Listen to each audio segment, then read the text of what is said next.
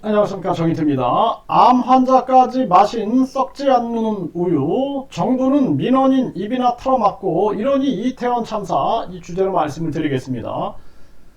지난 방송에서 MBC 실화탐사대, JTBC 뉴스에서 암 환자가 썩지 않는 우유를 마셨다, 이렇게 해가지고 논란이 됐습니다.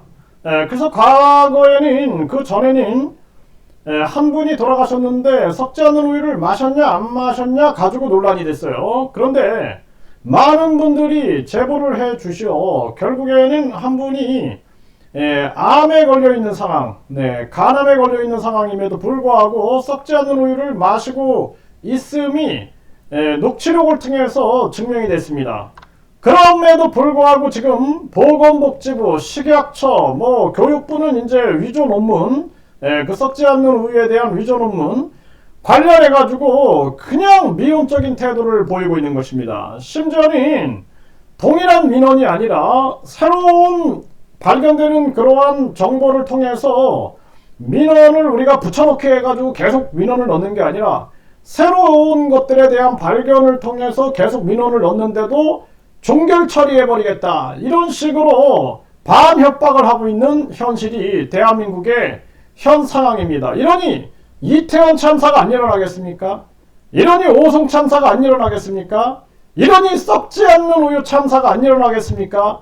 정말 심각한 겁니다. 그리고 어제 JTBC 방송에서는 시음회까지 열었다라는, 썩지 않는 우유 시음 행사까지 열었다라는 그러한 보도가 나왔습니다. 이런 것들이 다 사실이라면 이제는 보건복지부, 식약처나 교육부나 다 같이 나서고 의료단체도 의료법 위반 문제를 따지면서 나서야 되는데 아무도 나서지 않고 있는 그러한 실정입니다. 그리고 도리어 민원인들 입이나 어떻게 하면 재갈을 물릴까? 이게 있을 수가 없는 일입니다. 아무리 반사회적인 종교 집단이 어마무시한 자금을 가지고 있고 어마무시한 법 카르텔을 가지고 있고 어마무시한 권력을 가지고 있다 할지라도 이건 있을 수 없는 일이다라는 거예요. 이태원 참사 때 제가 펑펑 울고 며칠 동안 밥도 못 먹던 그때의 그 상황을 저는 지금도 기억하고 있습니다. 오송 참사 때 앞에다가 통행 금지 판만 세워놨어도 되는 거고, 이태원 참사 때는 그냥 나와서 질서 유지만 하면 그 사람들의 목숨을 견딜 수가 있는 건데, 지금 이 썩지 않는 아이를 어린아이까지 마셨다라는 그런 보도가 나와도 대통령, 영부인, 그리고 장관놈들, 차관놈들, 어떤 놈들도 나서가지고 여기에 대해서 말을 안 하고 있습니다. 그리고 뿐만 아니라 또 여당, 야당 오직 그냥 공천투쟁에만 눈이 멀어있지 국민을 살리는 데는 전혀 관심이 없는 거예요. 이게 대한민국의 현실입니다. 있을 수 없는 일들이 대한민국에서 지금 벌어지고 있는 겁니다. 우리 국민들은 그냥 한마디로 말해서 내팽개쳐져 있는 그러한 정황이다라는 것입니다. 이거 있을 수 없어요. 저는 연말 연시도 없습니다.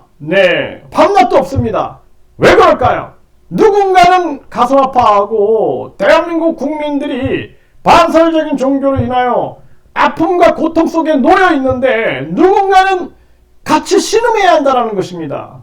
지금 많은 사람들이 놀러가고 연말연시를 즐긴다 할지라도 그게 중요하지 않은 거예요. 아직도 고통받는 사람들은 홀로 고독사 하기도 하고 홀로 누워서 눈물을 흘리기도 한다는 것입니다. 이 아픔을 함께하지 않는다면 어찌 우리가 이 사회의 공동체 일원이라고 말할 수 있냐라는 것입니다. 정말 가슴 아픈 현실이 아닐 수가 없습니다. 그래서 이 암 환자까지 마신 썩지 않는 우유, 정부는 민원인 입이나 털어막고 있는 이 처참한 상황, 정말 이거는 참담하고 처참하고 비참한 상황이다라는 것입니다. 이러니 이태원 참사가 안 일어날 수가 없는 것입니다.